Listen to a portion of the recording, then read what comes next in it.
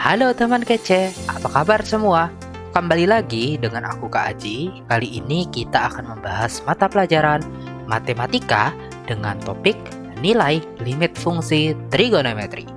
Nah, sebelumnya kita lihat materinya dulu yuk. Jadi, limit fungsi trigonometri itu sama saja dengan limit fungsi biasa ya.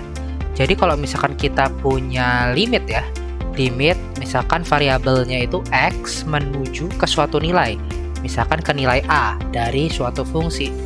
Itu maknanya apa sih? Maknanya itu sama ya. Jadi kalau misalkan kita punya fungsi, karena ini limit trigonometri, jadi contohnya fungsi trigonometri deh. Seperti ini ya. Misalkan ini adalah fungsi sinus gitu. Jadi kalau misalkan kita ingin tahu nilai limit di suatu nilai, misalkan di sini, limit itu kan dia bukan nilai eksak ya, tapi dia adalah nilai pendekatan. Jadi kita dekati dia dari kiri, kita dekati juga dari kanan, nanti dia menuju nilai berapa gitu ya, dia menuju nilai berapa. Nah, ini kalau misalkan dia itu di limit aljabar ya, kita bisa selesaikan dengan cara kita masukkan saja nilai A-nya di sini ya, selama dia itu terdefinisikan nilainya. Nah, untuk limit trigonometri juga sama ya. Untuk limit trigonometri juga sama. Misalnya kita pengen cari limit dari suatu fungsi, misalkan fungsinya fungsi sinus gitu ya, sinus X. Nah, X-nya ini menuju 90 derajat gitu. Jadi ini tinggal kita masukin aja. Nilainya adalah sin 90 derajat begitu. Berarti kan nilainya 1. Berarti limitnya ini fungsinya nilainya 1. Tapi dalam limit trigonometri itu ada beberapa yang dia itu spesial ya. Contohnya adalah ini. Kalau ketika kita ketemu limit X mendekati 0 untuk fungsi sin X per X ya, seperti ini. Ini kan kalau kita masukkan 0 ya, sin 0 per 0. Ini jadinya adalah 0 per 0 alias tidak terdefinisikan ya. Ini adalah bentuk tak tentu. Nah, kalau begitu kita bisa melakukan yang namanya operasi L'Hopital ya. Jadi kita turunkan ruas atas, kita turunkan ruas bawah juga kita turunkan. Jadi pakai turunan ya. Kalau mau L'Hopital kita berikan tanda seperti ini. Jadinya sin X per X itu menjadi turunan sin adalah cos dan turunan X adalah 1 ya. Jadi cos X per 1. Jadi nilainya nanti bakal berubah jadi cos 0 gitu ya. Cos 0 nilainya adalah 1.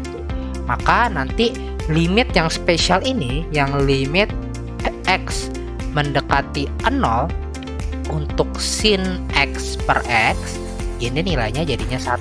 Nah, selain ini ada juga bentuk limit yang lain ya. Misalnya adalah limit X mendekati 0 untuk tan X per X. Nah, ini nilainya juga sama ya. Ini nilainya juga 1. Seperti itu. Nah, biar teman kece makin paham, yuk coba langsung kita lihat aja contoh soalnya. Jadi, kita disuruh untuk mencari nilai limit X mendekati A dari fungsi ini. Ya. Nah, ini kan fungsinya cukup rumit ya. Jadi, kita bisa misalkan X min A itu adalah Y ya, variabel yang lain, agar ini jadi lebih mudah. Seperti itu. Nah, di sini kan limitnya itu adalah limit X mendekati A. Kalau misalkan X mendekati A, maka Y-nya mendekati apa? Y-nya mendekati, kita masukkan X di sini ya. Kita masukkan X di sini nilainya jadi A. A dikurang A adalah 0, berarti Y-nya nanti akan mendekati 0. Seperti itu. Itu adalah langkah pertamanya. Langkah keduanya adalah, tadi kan sudah kita misalkan, kita ubah persamaan ini. Awalnya persamaannya itu adalah limit X mendekati A untuk fungsi X min A per sin X min A.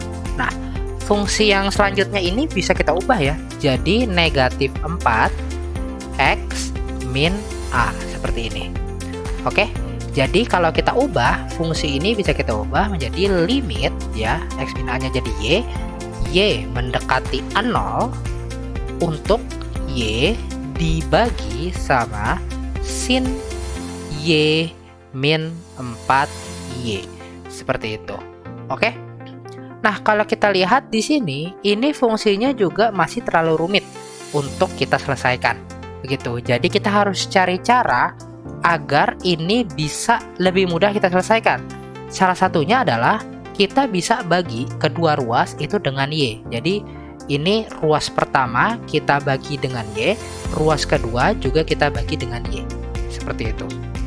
Oke, jadinya nanti limit Y mendekati 0 untuk Y per Y ya dibagi dengan sin Y per Y ya. Ini sin Y nya terpisah, dia sendiri ya seperti ini, dikurang 4Y per Y.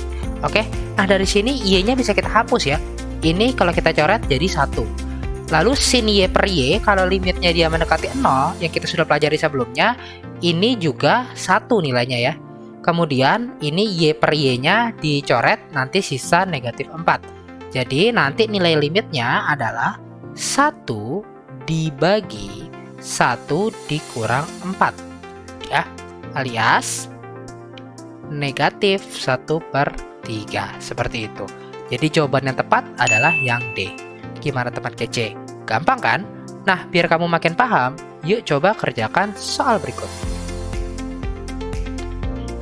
Jangan lupa tulis jawabanmu di komentar ya. Gimana teman kece? Gak susah kan? Jangan lupa like, komen, dan subscribe ya, biar gak pinter sendirian. Lihat juga latihan soal yang lain di kejarcita.id. Download aplikasi Kejar Cita yang sudah tersedia di Play Store. Kejar Cita, kejar ilmu, raih cita.